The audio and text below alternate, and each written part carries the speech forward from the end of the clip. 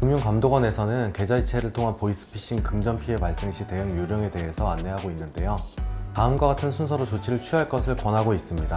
우선 경찰청, 금융감독원 및 송금 입금 금융회사의 고객센터에 즉시 피해 사실을 신고해 지급정지를 신청하고, 신분증 계좌번호 등 개인정보가 유출되거나 의심스러운 URL 접속으로 악성 앱 설치가 의심되는 경우는 기존 공동인증서 폐기 재발급 및 악성 앱 삭제, 금융감독원 개인정보 노출자 사고예방 시스템에 접속해 개인정보 노출 사실 등록, 금융결제형 계좌정보 통합관리 서비스에 접속해 명의 도용된 계좌 개설 여부 조회, 한국정보통신진흥협회 명의 도용 방지 서비스에 접속해 명의 도용된 휴대전화 개설 여부 조회의 절차를 거치도록 권하고 있습니다. 이후 가까운 경찰서를 방문해 사건 사고 사실 확인원을 발급하고 이를 지급정지 신청한 금융회사 영업점에 3일 이내에 제출해 피해금 환급 신청하도록 하고 있습니다. 금융감독원에서 안내하는 대응 방안과 같이 피해금 환급 신청을 하더라도 신고 계좌가 여러 범행에 이용된 경우에는 다수의 피해자가 발생하기 때문에 환급 절차가 오래 걸립니다. 그뿐만 아니라 이후 환급된 금액이 실제 피해금보다 적은 경우가 많은데요. 이러한 문제를 해결하기 위해서는 민사소송을 통해 구제받는 방법이 있습니다. 계좌 명의인을 상대로 민사소송을 제기하면서 동시에 채권 가압류 결정을 받아두면 이후 민사소송에서 승소했을 때 피해금 전액에 대해 배상받을 수도 있습니다. 보이스피싱 사고 신고를 접수했는데도 은행이 조치를 소홀히 해 피해가 발생했다면 은행을 상대로 손해배상을 요구할 수도 있겠습니다. 실제로 보이스피싱 피해자가 은행을 상대로 손해배상을 청구해 일부 인용된 사례가 있습니다. 피해자 A씨는 보이스피싱을 당했다는 사실을 해당 은행에 신고해 계좌 정지를 신청했습니다.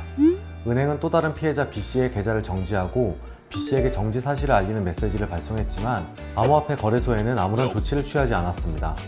그 사이 암호화폐 거래소 계정에서 수억 원에 이르는 비트코인이 제3자 계좌로 송금되는 피해가 발생했습니다.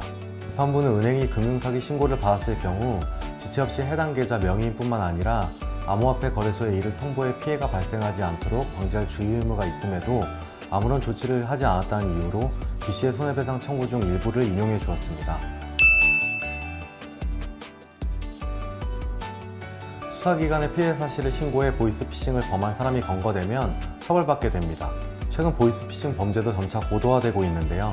수사기관은 어떤 방식으로 범죄를 저질렀는지에 따라서 다른 법 규정을 적용해 처벌하고 있습니다. 보이스피싱 조직은 전화로 금융감독원이나 수사기관을 사칭해 겁에 질린 피해자들로부터 돈을 빼앗거나 금융기관을 사칭해 대출을 받게 해주겠다는 방법으로 피해자들로부터 돈을 받고 있습니다.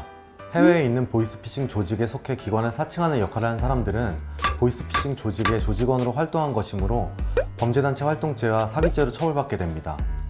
국내에서 보이스피싱 조직에게 속은 피해자들로부터 돈을 받아 보이스피싱 조직이 지정한 계좌로 돈을 다시 이체한 일을 한 사람들은 아르바이트인 줄 알고 가담한 점이 인정돼 무죄가 선고되는 사례도 존재하긴 합니다. 그러나 대부분 가담 정도와 범죄 인식 정도에 따라 사기죄, 사기방조죄, 금융실명법 위반 방조죄 등의 혐의로 처벌받게 됩니다. 그리고 범행에 사용된 통장이나 카드를 돈을 받고 제공한 사람들은 전자금융거래법 위반으로, 돈을 받고 선불 유심을 개통해준 사람들은 전기통신사업법 위반으로 각 처벌받게 됩니다. 보이스피싱 범죄로 인한 사회적 피해가 심해짐에 따라 사법부는 가담자들을 엄하게 처벌하고 있습니다. 고수익 단기 알바의 경우 보이스피싱 범죄와 연관이 있는 경우가 많기 때문에 범행에 가담하는 일이 없도록 주의를 기울여야겠습니다.